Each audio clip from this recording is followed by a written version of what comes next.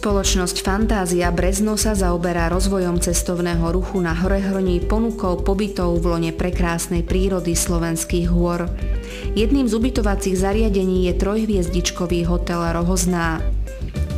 Nachádza sa v tichej prímestskej časti Brezna Rohozná, približne 3 km od centra mesta s krásnym výhľadom na nízke Tatry. Ubytovanie ponúka v dvojlôžkových izbách vybavených sprchou, WC, telefónom a televíziou v apartmánoch.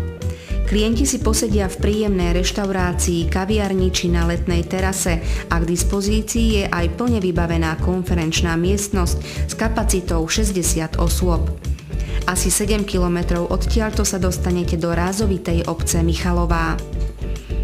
Určite tu nevynechajte návštevu Eurosalaša Brest, prvého salaša na Slovensku s výrobou ovčieho syra, postaveného v tradičnom štýle, spĺňajúceho prísne hygienické normy Európskej únie. Keďže sme na salaši, nechýbajú tu halušky, čerstvé a údené syry ani žinčica. Návštevníci môžu vidieť, ako sa doja ovce, vyrába syr, môžu si zajazdiť na koňoch, či sa len pokochať prekrásnou okolitou prírodou. V obci Michalová sa môžete ubytovať v modernom penzióne Fantázia.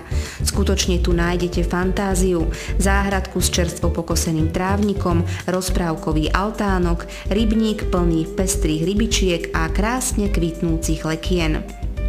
Nesklame vás ani interiér reštaurácie, ktorá dýcha nevtieravou eleganciou. Súčasťou penziónu je aj letná terasa, koliba a rekreačné centrum.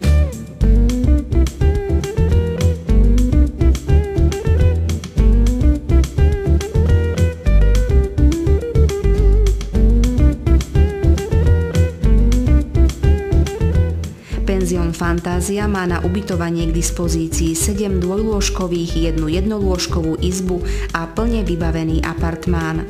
Navštívte Horehronie a zažite fantáziu tohto nádherného kúta Slovenska.